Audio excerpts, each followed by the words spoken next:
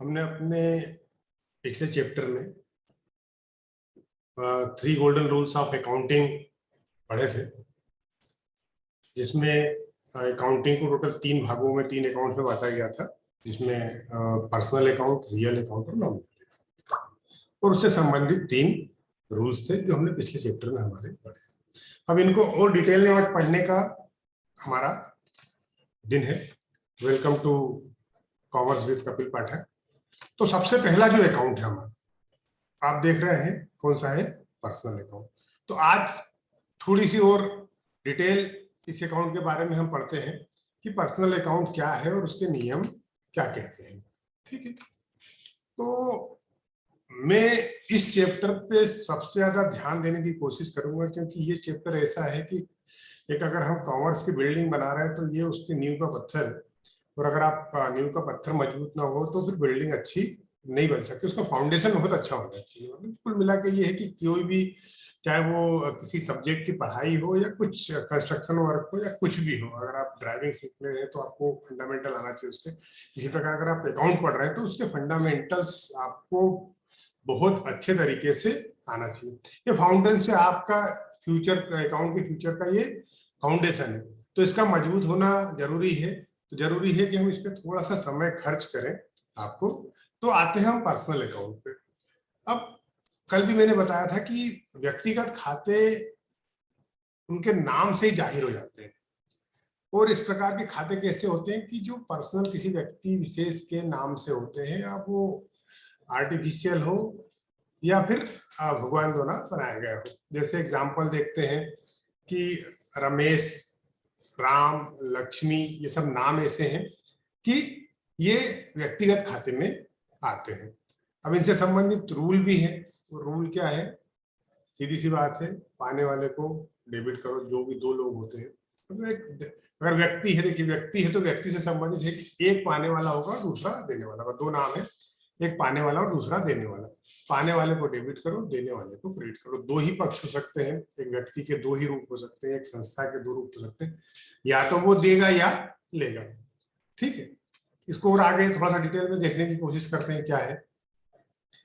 अब क्या है व्यक्तिगत खाता? एक व्यक्तिगत खाता एक सामान्य बही खाता है, और व्यक्तियों से संबंधित खाते इसमें रखे जाते हैं। इस पर्टिकुलर इस व्यक्तिगत अकाउंट में व्यक्तियों से संबंधित खाते रखे जाते हैं, चाहे वो प्राकृतिक व्यक्ति हो, जैसे राम, रमेश, सुरेश, किशोर, शिव, ब्रह्मा, जो भी है आप नाम रखते हैं, घनश्याम, ये सब जो प्राकृतिक रूप से पैदा हुए व्यक्ति हैं, जिन्होंने प्राकृतिक रूप से जन्म लिया है, उन सब के, या फिर अप्राकृतिक रूप से बनाई गई कंपनियां, अप्राकृतिक रूप से बनाई गई कंपनियां, जैसे टाटा पावर, इंफोसिस, टीसीएस, बिरला, कुछ भी आप नाम लेते हैं, रिलायंस, ये सब कंपनियां जो कि कृत्रिम रूप से बनाई जाती हैं, और इनको एक व्यक्ति, अकाउंटिंग की भाषा में इनको एक व्यक्ति ही माना जाता है। अब इसको और थोड़ा सा डिटेल में समझते हैं क्या है। समझिए, एक बार 100 बार समझिए क्या है।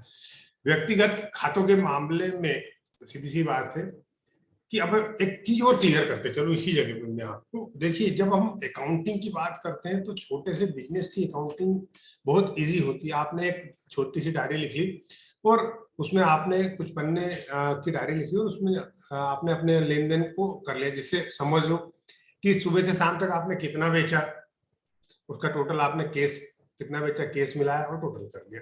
कितने का माल खरीदा, उसको मिलाया और टोटल कर लिया। आपने किसको उधार बेचा, ये कुछ खाते हो। एक छोटे से व्यवसाय में कुछ खाते होते हैं जिनको मैनेज कर लेता है। अब मैं छोटे उदाहरण इसलिए देता हूँ कि गली मोहल्ले में चलते हुए, मार्केट में चलते हुए आपको ध्यान आए कि ये व्यवसाय कपड़े की दुकान है। ठीक है, अब कपड़े की दुकान में मान लो उसके 25-50 ग्राहक होंगे जिनको उधार माल बेचता हो, तो उनके नाम लिख सकता है और उनके आगे अमाउंट लिख सकता है, उसको अलग से कोई एंट्री करने की जरूरत नहीं है। लेकिन जब एक कंपनी बड़े स्तर पे कोई व्यवसाय करती है, और मल्टी सिटी का व्यवसाय होता है या अलग अलग चीजों का व्यवसाय करती है, तो उसके अकाउंटिंग को किसी एक डायरी में किसी एक व्यक्ति को रखना बड़ा मुश्किल होता है। तब ये सारे नियम सिस्टमेटिक ढंग से लागू किए जाते हैं, कि अकाउंटेंट रखा जाता है जो इन नियमों के तहत उस कंपनी के लेन देन को, फिर से ध्यान देना, लेन देन को लिखता है ना। तो व्यक्तिगत खाते के मामले में जब कोई व्यवसाय किसी अन्य व्यवसाय या व्यक्ति से कुछ प्राप्त करता है,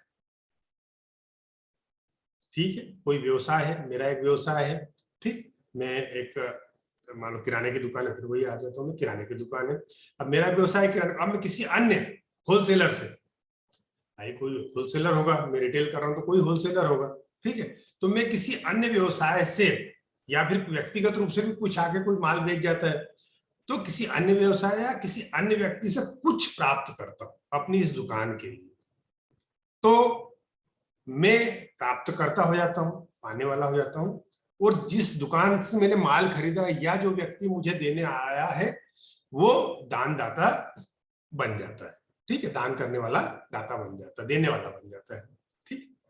मैं जो भी खरीदता हूं, जो भी लेता हूं, मैं प्राप्तकर्ता बन जाता हूं, और दूसरा व्यक्ति दानदाता बन जाता, माल देने वाला बन जाता है। फिर अपने एक बार वापस गोल्डन रूल पे आते हैं। अब व्यक्तिगत खाते से संबंधित जो गोल्डन रूल है वो क्या कहता है, समझिए। प्राप्तकर्ता को डेबिट करें, दो ही नियम है, सिर्फ दो ही है, debit credit, debit credit, debit credit.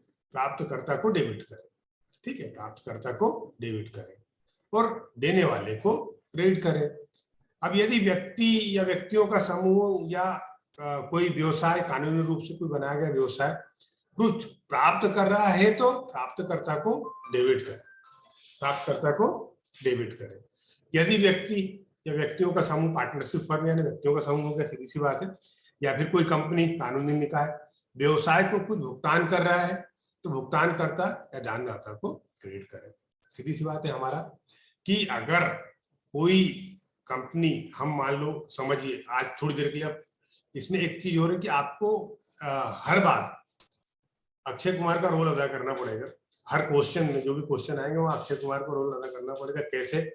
आप देखते हैं कि अक्षय कुमार एक साल में 5-6 फिल्में कर देता है, तो आपको हर बार एक नया रोल अदा करना पड़ेगा।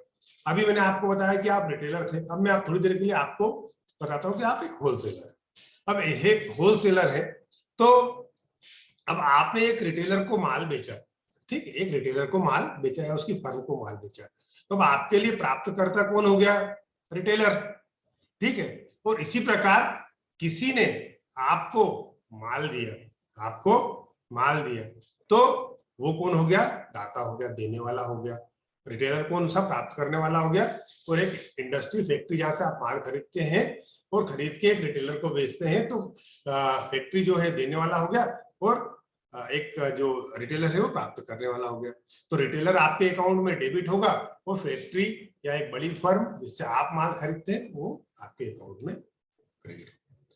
अब मैं उम्मीद करता हूं कि आपका जो भी कंफ्यूजन होगा इससे दूर हो गया होगा। सीधी सी बात है, 3 हिस्से मान लीजिए आप, एक आप पहला, ये 3 हिस्से हैं, ठीक है। आप ये बीच वाले, आप कौन है? ये बीच वाले हैं।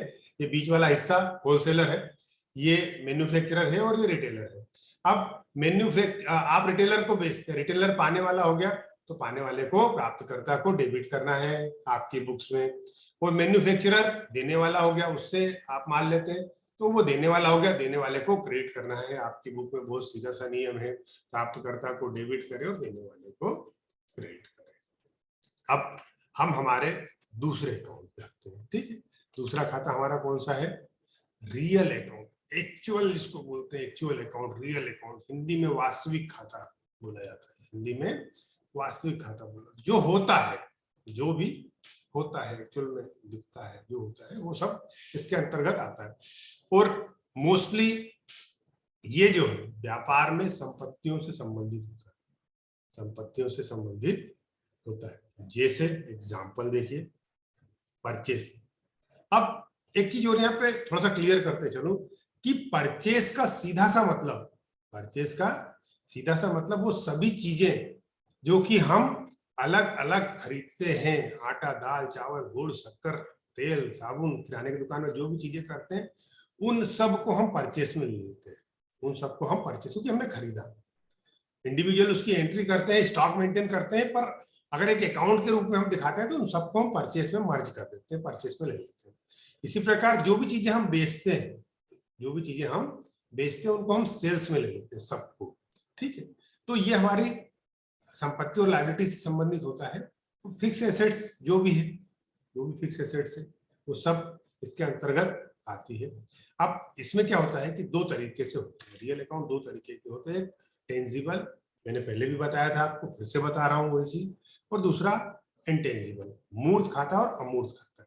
अब टेंजिबल क्या है, इसको हिंदी में हम मूर्त खाता कहते हैं, जो खुली आंखों से देखा जा सके, सीधी सी बात है, जो खुली आंखों से देखा जा सके और जिसको छू कर हम महसूस कर सके, वो सब मूर्त खाते के अंतर्गत आते हैं। एग्जाम्पल देख लेते हैं, बिल्डिंग, नगद रुपया, गुड्स, कोई भी माल हो, ये सब मूर्त खाते में आते हैं। फिर इंटेंजिबल क्या होता है, जो भी चीजें, जो भी चीज हम आंखों से देख ना सके और छू ना सके, लेकिन वो संपत्ति होती है, वो संपत्ति होती है, उसको हम अमूर्त खाता कहते हैं, इंटेंजिबल अकाउंट्स में जोड़ते हैं। एग्जाम्पल के लिए गुडविल, अगर कोई चीज आपने बनाई हो और उस पर आपका एकाधिकार है तो पेटेंट, कोई चीज आपका कॉपीराइट है, जैसे मैं पढ़ा रहा हूँ, अगर मेरा लेक्चर कॉपीराइट है तो ये मेरी संपत्ति। ट्रेडमार्क, कोई फर्म का ट्रेडमार्क होता है, आप देखते हो कि जियो, अब जियो का ट्रेडमार्क है, जियो जैसा लिखा रहता है उसका ट्रेडमार्क है, इसको आप चुरा नहीं सकते, है ना, तो ये संपत्ति होती है। अब एक एग्जाम्पल इसको फिर यहाँ क्लियर कर दो, कैसे संपत्ति होती है, अब आप समझो।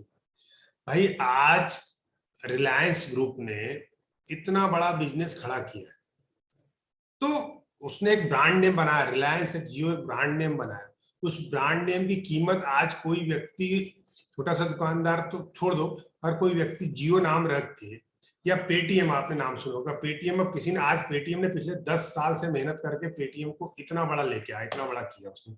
आज आप कोई फर्म आती हो, पेटीएम नाम कैसे रख लेगी, नहीं रख सकती ना, तो वो उसकी संपत्ति होगी, उस नाम की वैल्यू है, उस नाम की वैल्यू, और जिसकी भी वैल्यू होगी वो संपत्ति कहलाएगी। अब इससे संबंधित क्या नियम है, गोल्डन रूल है, व्हाट्स कमिंग, जो भी आता है, ठीक है, जो भी आता है वो सब डेबिट होगा। वस्तु है, चीजें हैं, आना और जाना, चीजों का आना जाना लगा रहेगा। और व्हाट्स गोज आउट, जो भी आता है उसको हम क्रेडिट करते हैं। देखते हैं एक बार इसको डिटेल में, हिंदी में क्या है समझने की कोशिश करते हैं। हिंदी में इसको वास्तविक खाता बोलते, क्या बोलते हैं, वास्तविक खाता बोलते हैं। बड़ा ध्यान से सुनना है इसको, थोड़ा सा चैप्टर बड़ा हो जाएगा, लेकिन आज मैं तीनों को एक साथ क्लियर करूंगा, कल हम इसके एग्जाम्पल पे भी आएंगे। तो वास्तविक खाते में जिसको उसी समय खत्म नहीं किया जाता, ठीक है, ये वास्तविक खाते वो होते हैं जिनको उसी समय खत्म नहीं किया जाता। ये बाद में समझाऊंगा इसको और डिटेल में जब हम एंट्री पे आएंगे। जो एक्चुअल में, देखिए समझिए मेरी बात, जो वास्तव में है, जो वास्तव में है, कोई भी माल, कोई भी बिल्डिंग, नगद तुरंत खत्म हो सकता है क्या उसी समय, ऐसा तो हो नहीं सकता ना कि आज आपने फर्नीचर खरीदा और एक अकाउंटिंग ईयर कब आता है, 1 अप्रैल से लेकर 31 मार्च के बीच में एक अकाउंटिंग ईयर खत्म हो जाता है, आपकी बुक से 1 साल की खत्म हो गई, तो क्या बिल्डिंग, क्या संपत्ति, क्या माल सब खत्म हो जाएगा क्या, ये सब नहीं बचेगा क्या आपके पास, ऐसा नहीं होता ना, तो इनके अकाउंट का बैलेंस आगे बढ़ता रहता है, ठीक। तो ये वास्तविक खाते होते हैं। अब इससे संबंधित नियम क्या है, जो भी आता है, जो भी आए, जो भी आए फर्म में, जो भी आए, चाहे आप माल खरीदें, चाहे आप फर्नीचर खरीदें, चाहे आप बिल्डिंग खरीदें, चाहे आप कुछ और खरीदें, जो भी आता है वो आप को डेबिट करना है, और जो भी आता है वो आपको क्रेडिट करना है। अब फिर यहाँ 3, ये समझिए आप हमेशा बीच में रहेंगे, आप हमेशा बीच में रहेंगे।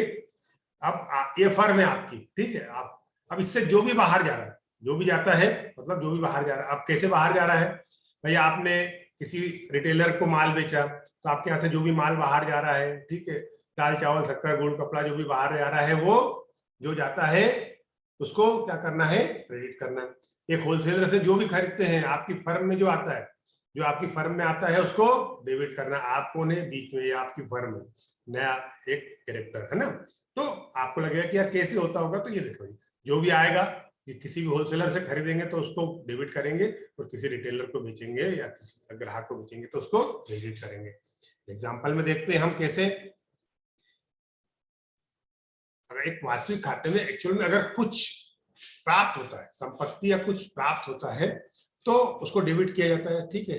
इससे आपकी संपत्ति बढ़ती, जो कुछ भी आता है, जो कुछ भी फर्म में आता है, इससे आपकी संपत्ति बढ़ती, संपत्ति का और जब बृहद पढ़ेंगे आगे तब हम देखेंगे। और इसमें से कुछ निकल जाता है, ठीक है, कुछ निकल जाता है, उससे संपत्ति आपकी घटती है। अब एक एग्जाम्पल के जरिए, अब पहले इसको नियम समझ लेते हैं, फिर एग्जाम्पल पे जाएंगे। अगर वास्तविक खाते से संबंधित वस्तु व्यवसाय में आ रही है, ठीक है, वास्तविक खाते से संबंधित वस्तु अब हमारे व्यवसाय में आ रही है, कोई भी वस्तु आ रही है जो वास्तविक खाते से संबंधित है, अब आप वास्तविक खाता समझ गए होंगे, इतना मैं उम्मीद करता हूं। तो उसको सबको डेबिट करना है, और क्या बोलते हैं, जो भी वस्तु जा रही है उसको हमको क्रेडिट करना है, ठीक है। अब एक छोटा सा एग्जाम्पल है कि फर्नीचर खरीदा 10,000 रुपए में नगद में, ठीक है, फर्नीचर खरीदा 10,000 रुपए में। तो हमारे पास क्या आ रहा है, फर्नीचर आ रहा है, फर्नीचर को हम डेबिट करेंगे। तो हमारे पास से क्या जा रहा है, नगद जा रहा है, तो नगद केस को हम क्रेडिट करेंगे। तो ये वास्तविक खाता है। एक बार फिर से, जो भी आता है उसको डेबिट करें और जो भी जाता है उसको क्रेडिट करें। फिर तीसरा और अंतिम जो खाता है हमारा वो है सॉरी नॉमिनल अकाउंट, नाम मात्र का खाता। एक बार फिर इससे नाम से संबंधित, इसके नाम से समझो, ये नाम मात्र का खाता, अर्थात इसमें सिर्फ नाम होता है उसका, एक्चुअल में वो दिखाई नहीं देता है, इनविजिबल होता है।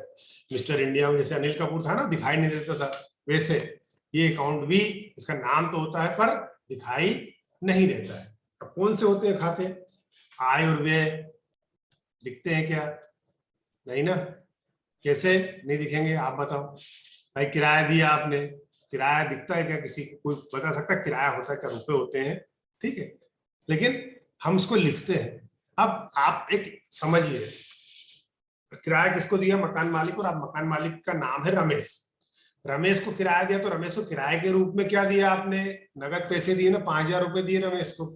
तो अब रमेश भी है और रुपए भी है, लेकिन आपको कैसे पता चलेगा कि रमेश को किस लिए दिए, तो भैया रमेश को किराए के लिए दिया, तो किराए को लिखना पड़ेगा यहाँ पे। तो आप सोचोगे रमेश को रुपए तो लिख दिया, किराए की क्या जरूरत है, लेकिन जरूरत पड़ती है, व्यवसाय में खर्चों को लिखना होता है और उन खर्चों को आइडेंटिफाई भी करना होता है। आपने मान लिया कि आपने 50,000 रुपए दे दिए, खर्चा हो गए, 50,000 रुपए दे दिए, खर्चा हो गए। अब मान लो आपने किसी व्यक्ति को दिए, भाई आपके यहाँ कोई, आपकी बड़ी फर्म में आपका कोई मैनेजर, उसने 50,000 खर्चा कर दिए, तो वो बोलेगा कि मैंने 50,000 खर्चा कर दिया, तो आप मान जाओगे क्या, नहीं मानोगे ना। तो आप बोलोगे भैया किसमें खर्चा किए, कहाँ खर्चा किए, तो वो बोलेगा किराए के दिए 10,000 रुपए, फिर क्या बोलते हैं ये माल, ये सॉरी ये अपना मजदूरी दी, ये वेतन दिया, ये भाड़ा दिया, ये बिजली का बिल दिया। तो ये नाम लिखे जाते हैं इनके, दिया नगद ही दिया, किसको, नगद दिया, नगद खर्चा हो गया, लेकिन इनके नाम लिखे जाते हैं, इनके नाम लिखे जाते हैं। इस नाम की वजह से इन खातों को नॉमिनल अकाउंट बोलते हैं, नाम मात्र के खाते होते हैं, इसको आप दिखा नहीं सकते, मतलब आप किसी को छू के दिखा नहीं सकते, आंखों से देख नहीं सकते, तो ये नाम मात्र के खाते होते हैं। इसका नियम है, ऑल एक्सपेंसेस एंड लॉसेस, सभी व्यय और हानि को डेबिट करना है, और सभी इनकम और गेन्स प्रॉफिट को क्रेडिट करना है। सीधा जो भी आय होगा, जो भी आपकी इनकम होगी, उन सबको क्रेडिट करना, और जो भी एक्सपेंसेस होंगे उन सबको आपको क्या करना पड़ेगा, डेबिट करना पड़ेगा। ये अब नाम मात्र का खाता एक बार इसको समझने की कोशिश करते हैं, थोड़ा और कुछ भाषा में, सरल भाषा में। एक नाम मात्र का खाता एक प्रकार का खाता है जिसमें सभी लेखांकन लेन देन एक वित्तीय वर्ष के लिए संग्रहित किए जाते हैं। नाम मात्र खाते आमतौर पर राजस्व, लाभ या हानि से संबंधित। अब एक बार बता दो, ये नाम मात्र के खाते हैं, यानी ये नाम मात्र के खाते हैं, उनका खत्म होना संभव है, जो एक्चुअल में दिखता नहीं है उनका खत्म, नाम मात्र के खाते हैं, उन्हीं खातों को इसमें रखा जाता है जिनका खत्म हो जाना इसी वित्तीय वर्ष में जरूरी है। भैया आपने किसी को मजदूरी दी, यही खत्म हो गई, आपने किराया दिया, इस महीने खत्म हो गया, देखिए समझ में, आपने किसी को वेतन दिया, इस महीने का वेतन दिया, इसी महीने खत्म हो गया, इस साल का वेतन दिया, इस साल खत्म हो गया, किराया दिया, इस महीने खत्म हो गया, इसी साल खत्म हो गया, जितना भी किराया दिया इस साल खत्म हो गया, मान गया कि पिछले साल दिया था तो इस साल मत देना, नहीं ना।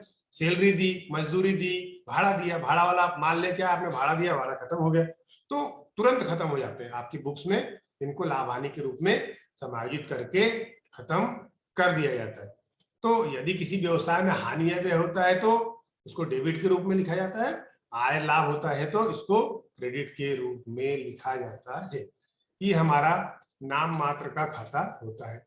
फिर से एक बार बता देता हूँ, 3 तरह के खाते हैं, लास्ट चैप्टर है, इससे संबंधित कल एग्जाम्पल से समझने की कोशिश करेंगे, उनको आइडेंटिफाई, एग्जाम्पल को हम आइडेंटिफाई करेंगे, कुछ हम लेंगे कि उनको कैसे किया जाता है। ठीक है, पर्सनल अकाउंट किसी व्यक्तियों से संबंधित नियम, जो आय पाने वाले को डेबिट और देने वाले को क्रेडिट करो। ठीक है, दूसरा रियल अकाउंट, जो वास्तविक में होता है, जो वास्तव में होता है वो रियल अकाउंट। तो रियल अकाउंट में क्या आता है, जो आता है उसको डेबिट करो और जो जाता है उसको क्रेडिट करो। रियल अकाउंट सीधा सा नियम।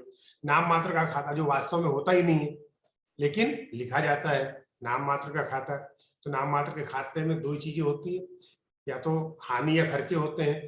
तो हानि और खर्चे जो भी लगे आपको, खर्चे जो भी आप समझ सकते, खर्चे समझता हर आदमी समझता है आजकल क्या खर्चे है। ठीक, उन खर्चों को डेबिट करना है। और जो भी प्रॉफिट या प्रॉफिट या इनकम जो भी होती है वो सब आपको क्रेडिट करना है। तो इस प्रकार आज का हमारा चैप्टर खत्म होता है। आपने आखिरी तक ये वीडियो देखा, उसके लिए आपको धन्यवाद। अगर आपको मेरा वीडियो अच्छा लगे तो प्लीज इसको सब्सक्राइब कीजिए, लाइक कीजिए, शेयर कीजिए। मैं कपिल पाठक एक बार पुनः आपको धन्यवाद देते हुए अपना ये चैप्टर खत्म करता हूँ।